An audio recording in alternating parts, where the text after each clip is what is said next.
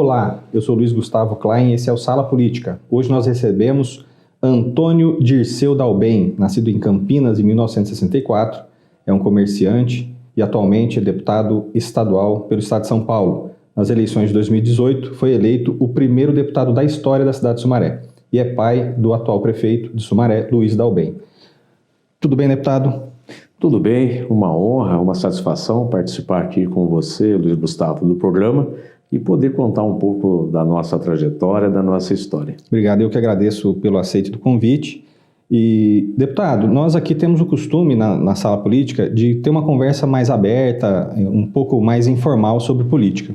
E eu gostaria de saber o que te fez brilhar os olhos para a política. A política, ela tem dois lados, ou se ama ou se odeia, né? E muitas vezes quando nós somos picados pela mosquinha azul da política, de gostar da política, gostar do assunto, não necessariamente ser um mandatário, né? Nós começamos a estudar e a investigar a política. O que te fez brilhar os olhos pela primeira vez para a política?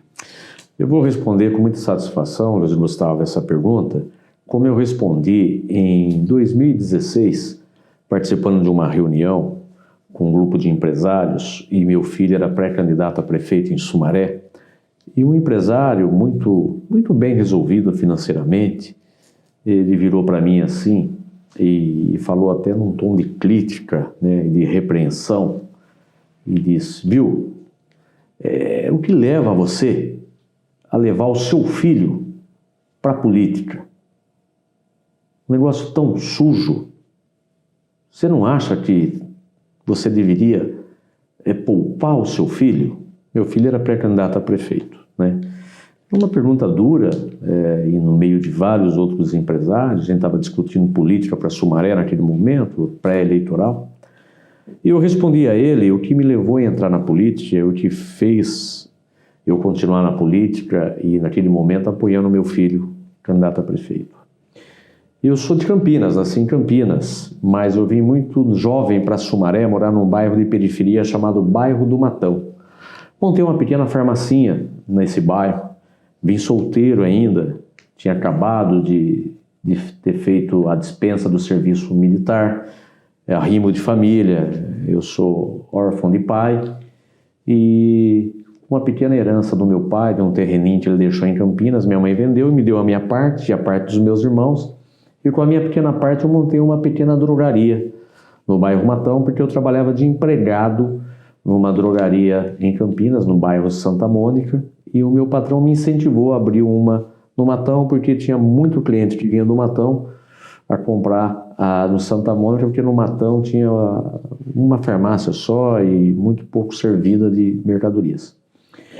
E ali, no bairro Matão, um bairro pobre, que não tinha rede de esgoto, não tinha linha de ônibus constante, o posto de saúde funcionava no horário comercial, das 8 às 5, então você tinha que marcar com a doença, agendar pela sua vinda nesse horário, não tinha segurança.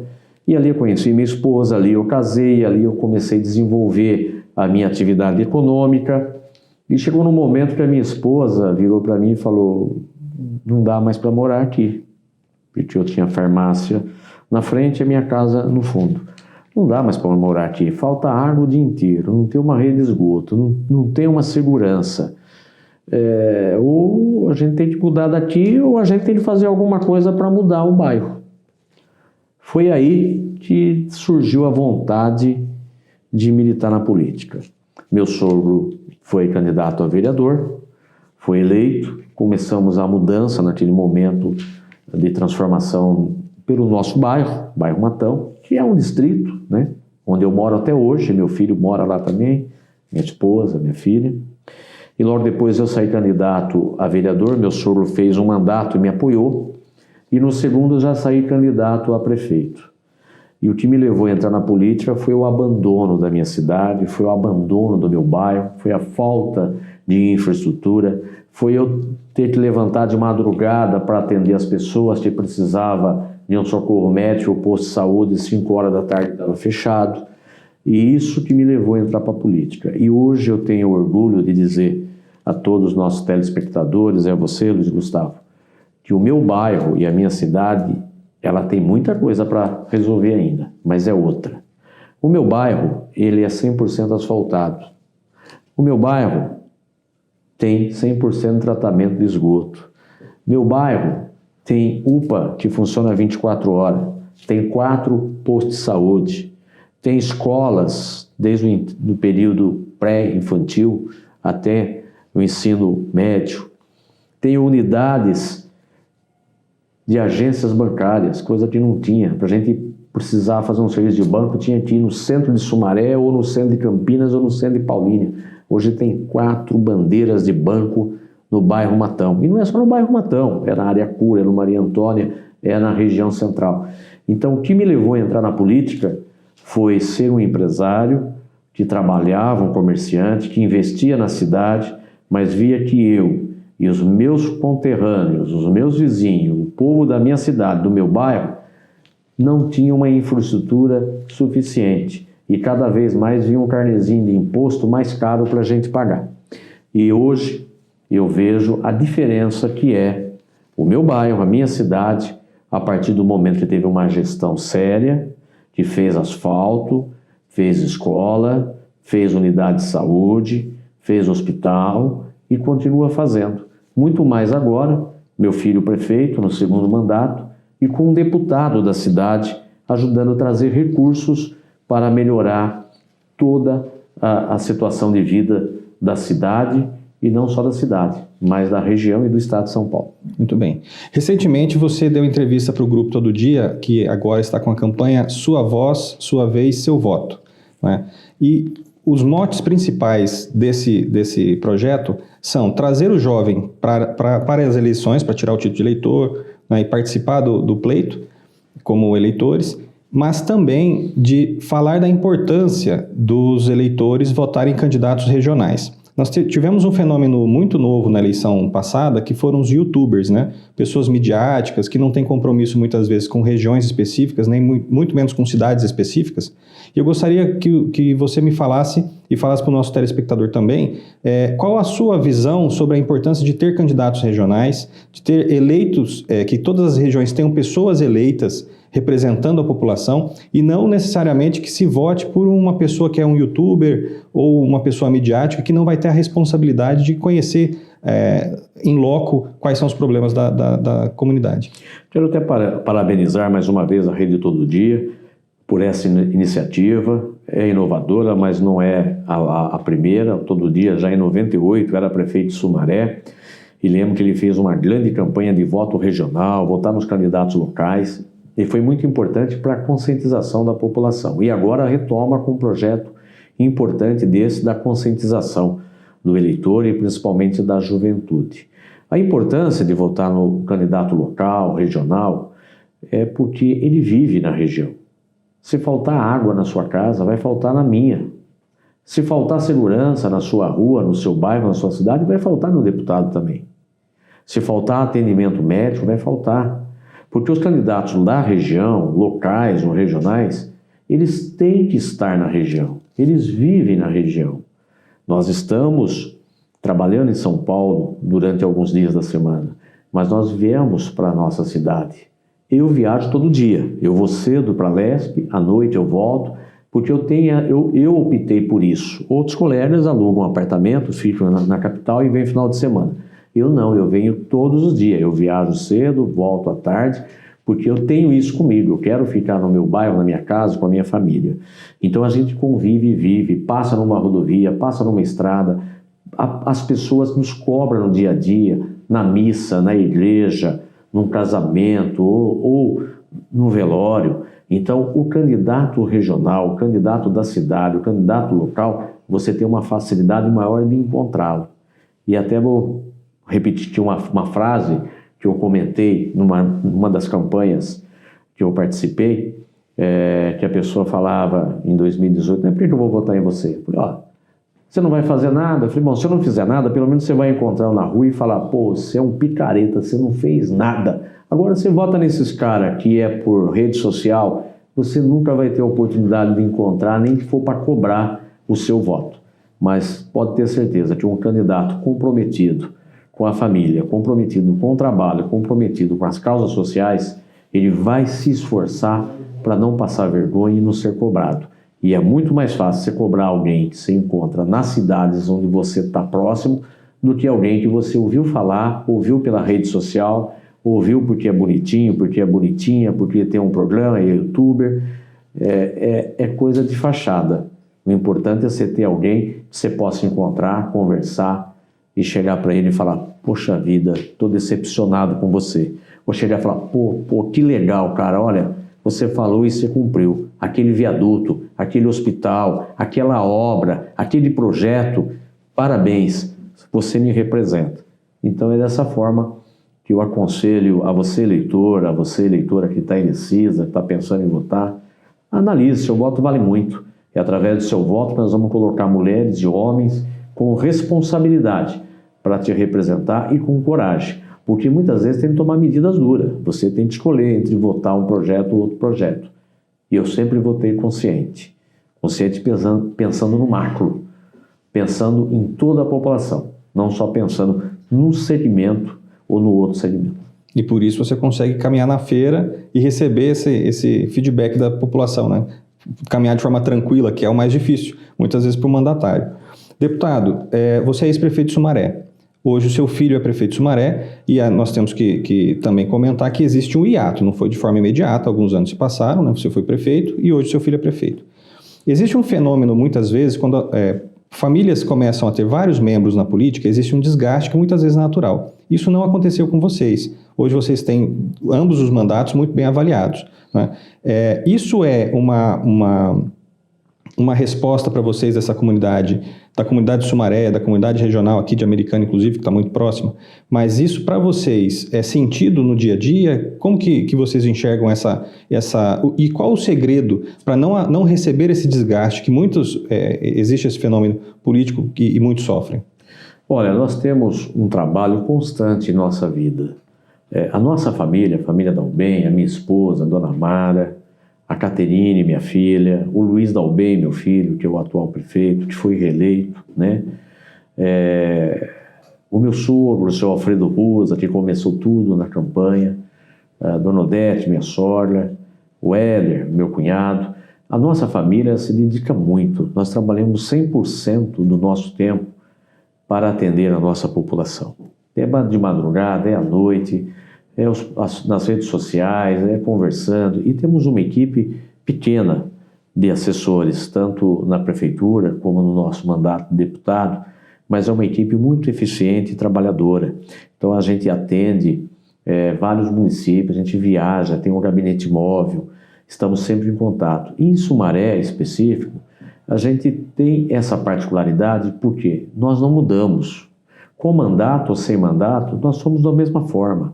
Pra você ter uma ideia, eu moro há 40 anos no mesmo endereço, num bairro de periferia em Sumaré, o bairro Matão, aquele mesmo que não tinha rede de esgoto, não tinha asfalto, não tinha água, não tinha banco, não tinha posto de saúde. Hoje tem asfalto, tem esgoto, tem posto de saúde, tem bancos, tem guarda municipais, tem delegacia da polícia, tem comando da polícia militar, assim como a área cura, o Matão, Maria Antônia, Nova Veneza e o centro. Então o mandato não subiu a nossa cabeça, nós continuamos o mesmo. E eu ando na feira, vou no culto, vou na missa, vou no shopping, e é onde a gente encontra, as pessoas nos respeitam, nos cumprimentam, mesmo aqueles que têm alguma diferença política, porque a gente não é unânime, né? Tem 25% do percentual de 100% que não vota na gente. Se você pegar uma pesquisa lá, o nosso teto é 75%, 80% que nós conseguimos chegar, né? Luiz Dalben foi eleito com 67 mil votos, ou seja, mais de 70% dos votos válidos. Mas teve lá um voto branco nulo e teve 22% que votou nos outros candidatos. Porque a gente não é unânime.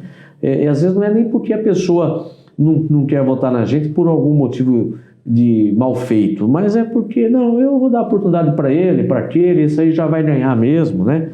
E a gente tem essa tranquilidade, porque a gente pode falhar em algumas coisas, mas nunca faltamos com respeito e nem deixamos de assumir as nossas responsabilidades. Quando a gente falha em alguma coisa, a gente é o primeiro a reconhecer, procurar corrigir. E a gente tem trabalhado muito, viu?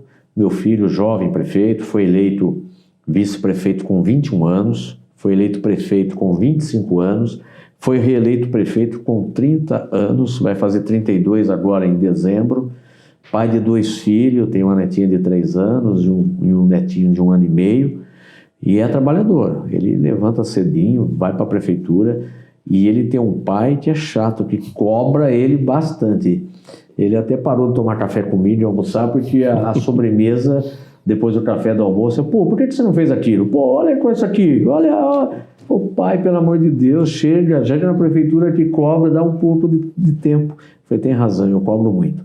E a minha filha cobra muito, ajuda muito, né? A Pâmela quem diga, é áudio, é de madrugada, você fez isso, vi aquilo, ó, estão reclamando na rede, porque a consulta lá atrasou, porque está faltando dipirona.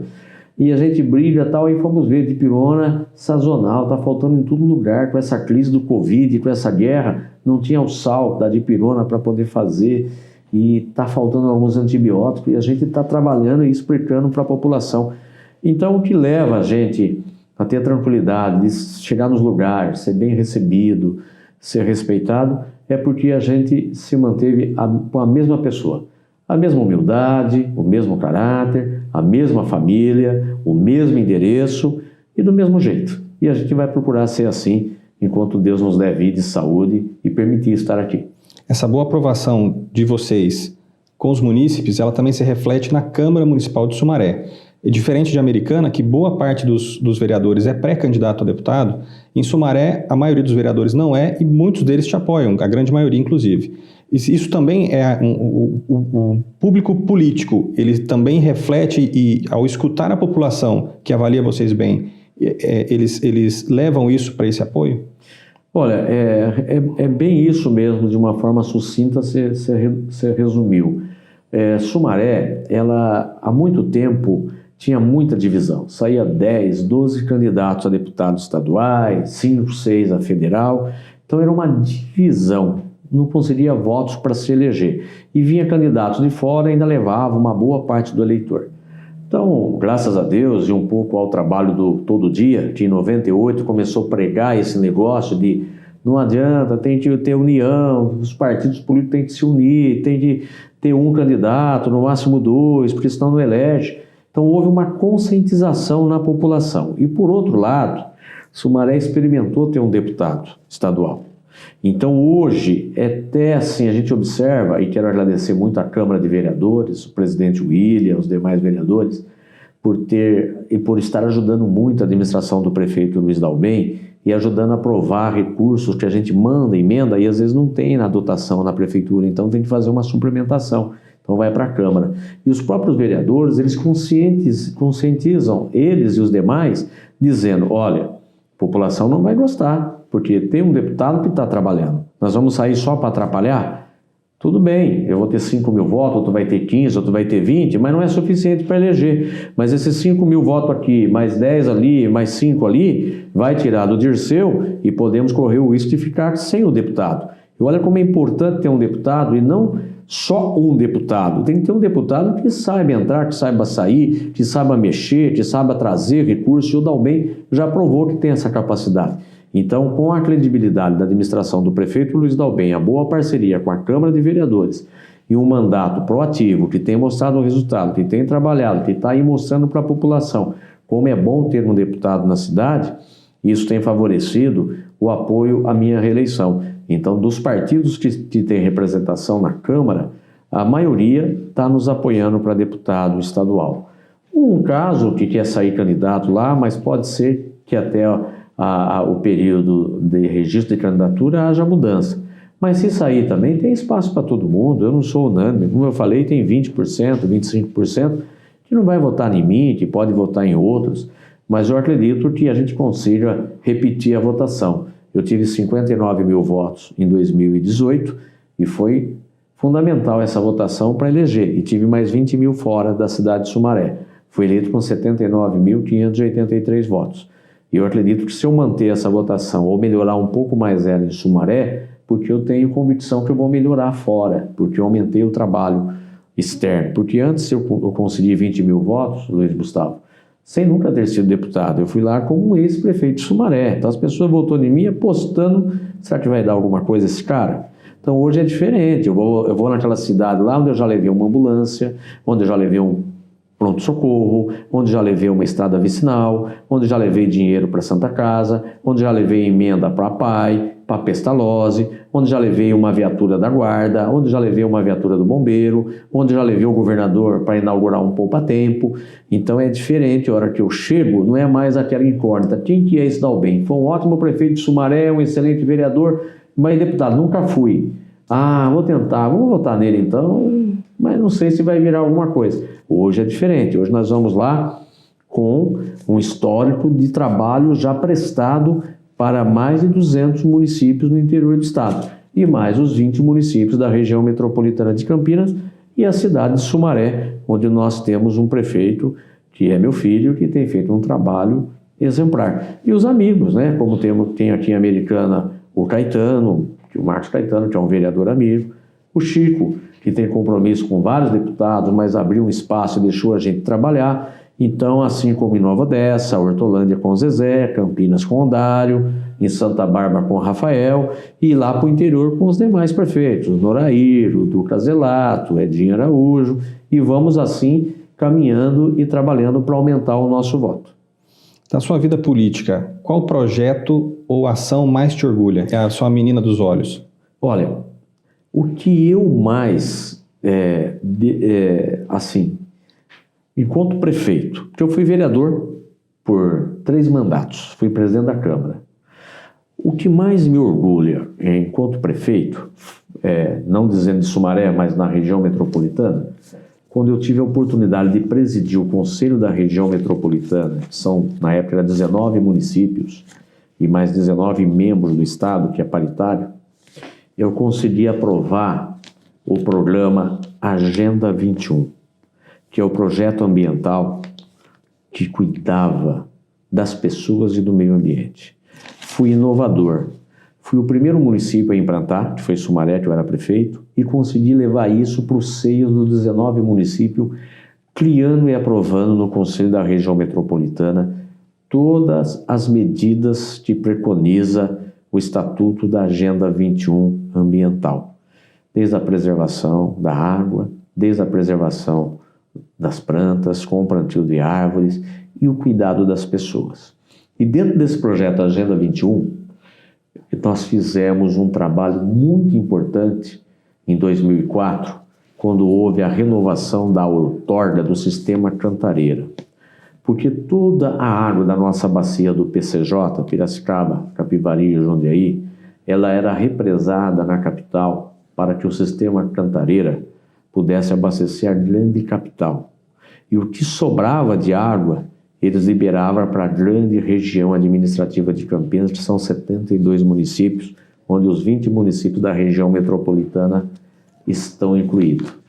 E eu lembro que o debate estava acontecendo no comitê e no consórcio PCJ. E estava muito restrito, porque a maioria dos membros do comitê e do consórcio são estatais. E o Estado queria renovar a outorga como se deu na década de 70, no regime militar, na ditadura. Ou seja, sem socialização, sem discussão. 30 anos e com todos os direitos para a Sabesp e para o Cantareira. E o resto, se sobrar água, solta. Se não soltar, abastece aqui. E a hora que eu percebi isso, até por funcionários que não podiam fazer o contraditório, você que é advogado sabe bem disso, me procuraram e falaram, olha, se eu falar, eu vou ser mandado embora. Mas o senhor, já vi que o senhor é briguento, no bom sentido, porque eu tinha brigado na questão dos presídios aqui na época e dos pedágios, que queriam colocar pedágio na divisa de Nova Odessa, Sumaré e Americana. Então eu criei uma fama ali de prefeito brigador com o Estado, que não deixava impor as imposições do Estado. E eles me trouxeram os dados, e a hora que eu ouvi aquilo, eu falei, pô, eu não posso deixar acontecer isso. Eu era o presidente do conselho. E aí marquei uma reunião no Salão Vermelho, na Prefeitura de Campinas, para a gente poder discutir, fazer uma audiência e discutir a audiência também com a RMC, não só com o comitê e com o consórcio. E os caras foram, eles não imaginavam o que ia acontecer, né? E eu estava já bem abastecido, porque os membros do comitê e do consórcio me abasteceram das informações, me passaram os dados e já estava de cor salteado na minha mente e com todo o material resumido. E houve uma discussão grande. E começou a discussão e a Sabesp e o governo do estado, naquele momento, em 2004, queria aprovar a goela abaixo. 30 anos e com todo o domínio para o sistema cantareira da Sabesp administrar. E eu entrei na discussão, entrei na briga, comecei a falar e com isso os prefeitos ouviram, caiu a ficha, a sociedade civil ouviu, caiu a ficha e eu falei, não pode ser assim, tem que ser compartilhada a gestão do Cantareira, os prefeitos da RMC têm que estar preparado e tem que estar participado, tem que ter um mínimo de vazão de água, tendo seca ou tendo cheia, nós temos que garantir um mínimo de vazão de água para a nossa região e no tempo da cheia nós queremos deixar a nossa água armazenada lá para na estiagem nós tirarmos. E aí, cara, os caras foram pegos de carça curta, porque eles não estavam preparados para isso.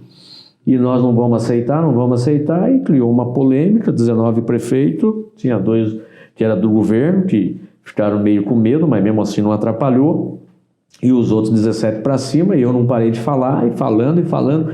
Então, como é que você quer? Porque tinha que fazer aquilo naquela semana, senão ia perder. O prazo já estava vencendo. Nós aceitamos fazer a concessão por 10 anos, com revisão anual, e com a Sabesp administrando compartilhada com os serviços de água e esgotos municipais dos 19 municípios, e que crie o banco de água, e que tenha pelo menos 3,5 de vazão mínima para atender a região. Porque nós chegamos no momento aqui que o Tietê e o Atibaia, se atravessava ele a pé, porque tinha só um mijinho de água, porque parou tudo lá na represar para atender lá. E eu sei que foi uma briga, mas nós vencemos. Saímos de lá com 10 anos de renovação apenas, e com revisão anual e compartilhada. A Sabesp, para fechar e abrir, tem que ter o aval dos técnicos dos DAEs, e que no tempo das águas, os municípios, o que não usasse de água ia ficar armazenado no sistema cantareiro para liberar na seca, e um mínimo de vazão para a gente não ficar mais com o rio Tietê, o rio Atibaia e o rio Jundiaí seco. E foi uma vitória. Uma grande vitória. Então isso marca para mim, você me perguntou o que é. Sim. Isso para mim é um orgulho, porque eu tenho isso comigo e não estou aqui querendo me vangloriar disso não. Mas eu comprei a briga e no primeiro momento ficaram com medo, eu não fiquei. Comprei e Deus abençoou e conseguimos enfrentar, e eu fiquei mal visto pelo Estado por muitos meses e por muitos anos, né? Durante o Dalben é contra o Estado, porque a questão do presídio ele ficou contra, o pedágio ele ficou contra, a renovação da outorga do Cantareira ele ficou contra, mas criou uma fama muito boa de que o Dalben é justo, é brigador, defende as ideias e ele vai atrás. E isso até hoje a região ela é beneficiada nessa briga que o Dalben teve lá em 2004, quando da outorga nós garantimos a vazão mínima para a região, banco de água, a gestão compartilhada e renovação e revisão anual, e a renovação a cada 10 anos. Tanto é que em 2014 houve uma nova renovação. Eu não tinha mandato em 2014, estava fora. E eu vi o tanto que os membros apanharam na renovação da outorga. Não foi tão dinâmico como foi em 2004.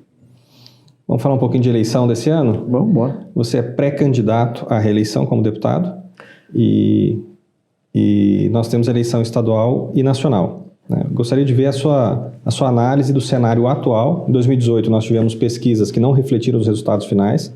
Esse ano também temos pesquisas que muitos questionam, mas nós temos grandes candidatos. O atual governador do estado de São Paulo, Rodrigo Garcia, é um nome extremamente experiente, né? Apesar de muito jovem, ele tem uma carreira política muito robusta e vem a reeleição, né, na sucessão aí do João Dória. E nós temos na nacional Lula e Bolsonaro, que todos apostam que serão os possíveis que estarão no segundo turno. Como você vê esses dois cenários? Olha, realmente, em 2018 houve um fato diferenciado das eleições, né? Porque houve uma votação de última hora maciça em candidatos ligados ao atual presidente Bolsonaro, alguns não esperavam, e nomes tradicionais, né, como Geraldo Alckmin, saiu menor do que entrou da eleição naquele momento, né, entrou com 20%, saiu com 4% para presidente, ninguém esperava isso. E eu vejo que está muito dividida a eleição a nível federal, né? Hoje nós temos o presidente Bolsonaro como pré-candidato à reeleição, o ex-presidente Lula disputando a eleição. Eu penso que vai ser uma eleição disputadíssima, vai ser uma eleição complicada, e digo que tudo está para acontecer ainda.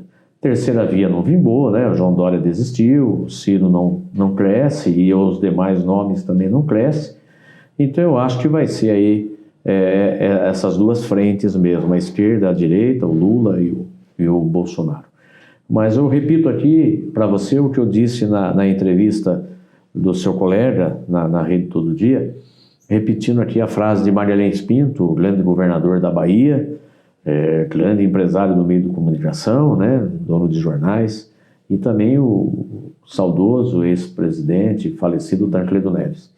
Política é igual nuvem. Você olha no céu e você observa as nuvens, dá a impressão que você está vendo um formato de um gato. Daqui a pouco você olha, pô, é uma lebre. Não, mas não é um dragão. Não, é uma árvore. E política é assim, hoje você olha um cenário, você faz uma pesquisa, você olha um cenário, mas tudo pode mudar. E tudo pode mudar nos 45 dias que é a campanha. Começa lá dia 15 de agosto, a autorização para os programas eleitorais, para a divulgação dos planos de governo, dos candidatos, os debates, e aí dia 2 de outubro, se eu não me engano, é o dia da eleição. Mas nós temos o mês de setembro e 15 dias de agosto, onde a população vai ser bombardeada de informação e também de desinformação. Então tudo vai depender da proposta, do plano de governo, da credibilidade que o candidato transferir para o eleitor. Então aí sim que nós vamos ter um cenário. Hoje indica que são duas candidaturas que vai estar no segundo turno. Agora, dessas duas que vai vencer, isso nós vamos saber só no momento em que cada um colocar os seus soldados, os seus generais, as suas armas em campo, que é nos 45 dias que vai ter as campanhas eleitorais, vai ter a divulgação, vai ter os ataques, né? Um falando que o outro não presta, mostrando o erro, o outro mostrando o acerto, e aí a população é que vai fazer o seu julgamento.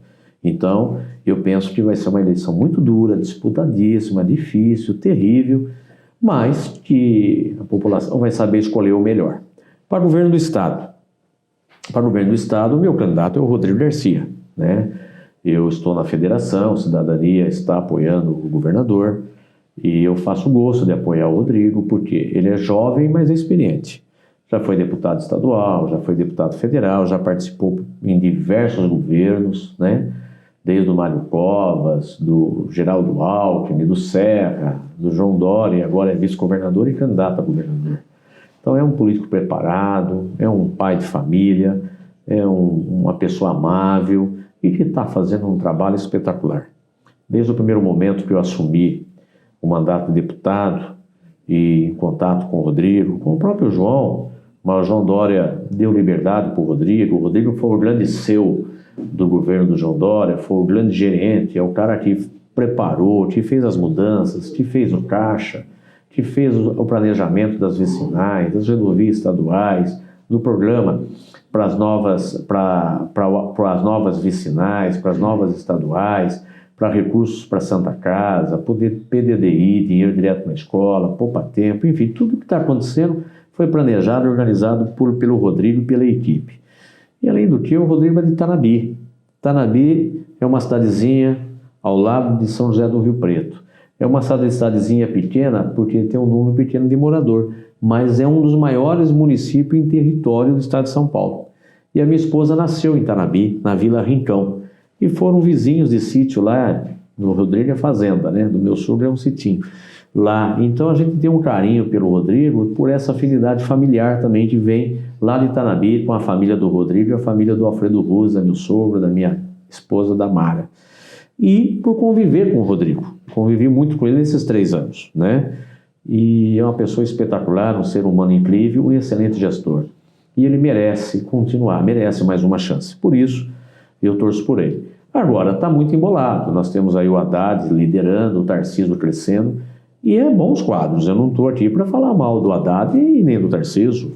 É que eu tenho uma opção pelo Rodrigo, senão poderia estar com qualquer um dos dois, porque os dois são competentes e tem chance. O Tarcísio é um excelente ministro da infraestrutura, toda essa questão da malha ferroviária, das estradas, tive com ele nas audiências públicas do TCU, junto com o ministro Nardes, tratando da renovação da outorga do sistema Cantareira, onde toda a região aqui vai ser beneficiada, 40 municípios, um excelente técnico, um excelente quadro.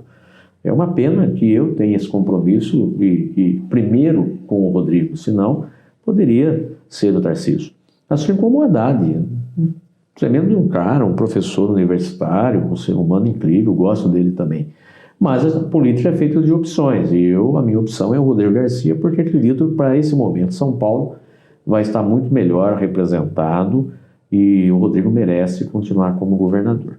Então, na questão do Estado, eu torço para o Rodrigo estar no segundo turno e o outro que vai ser o oponente é difícil de dizer, porque está muito competitivo. Pode ser o Haddad, pode ser o Tarcísio e eu torço para o Rodrigo estar no segundo turno e um dos outros dois estarem. Agora, quem vai ser, eu não sei. Agora, o Rodrigo tem um trabalho muito grande e acredito muito que ele estará no segundo turno. Muito bem. Deputado, te agradeço pelo bate-papo, por aceitar estar aqui conversando comigo e com o nosso telespectador. E caso você queira, deixar seu recado, seu contato para quem está nos assistindo. Eu que agradeço a oportunidade de estar aqui com o Luiz Gustavo Klein. Deixou muito à vontade, viu, Luiz? Obrigado, viu? É advogado, né? É jornalista, mas é repórter. E você me deixou muito à vontade e isso é muito bom, porque a gente possa sempre estar participando de entrevista dessa forma, né? Agradecer a oportunidade de estar aqui, agradecer a Rede Todo Dia, mais uma vez, por essa oportunidade, a você, Luiz Gustavo, e pedir à população, entre em contato com o Dirceu Dalben, Dirceu Dalben Oficial no Facebook, entra lá, deixa a sua mensagem, a nossa equipe é pequena, mas ela é eficaz, educada e vai responder a contento. E mais uma vez agradecer a oportunidade e dizer que o deputado Dirceu Dalben continua deputado até março do ano que vem, porque o mandato de deputado ele é um pouco depois que começa e um pouco depois que termina, né? O governador assume dia 1º de janeiro, deputado federal dia 1º de janeiro, deputados estaduais no dia 15 de março. Mas sou pré-candidato à reeleição, se Deus der vida e saúde, disputando para deputado estadual novamente, e vamos, durante o período que a legislação eleitoral permitir, fazer a divulgação do nosso trabalho e da nossa proposta para o próximo mandato. Meu muito obrigado a todos e que Deus continue nos abençoando. Amém. Muito obrigado, deputado. E obrigado a você que nos assiste. Eu sou Luiz Gustavo Klein, esse é o Sala Política. Você assiste aqui na TV Todo Dia, canal 14.1, uma parceria com o portal Carioba.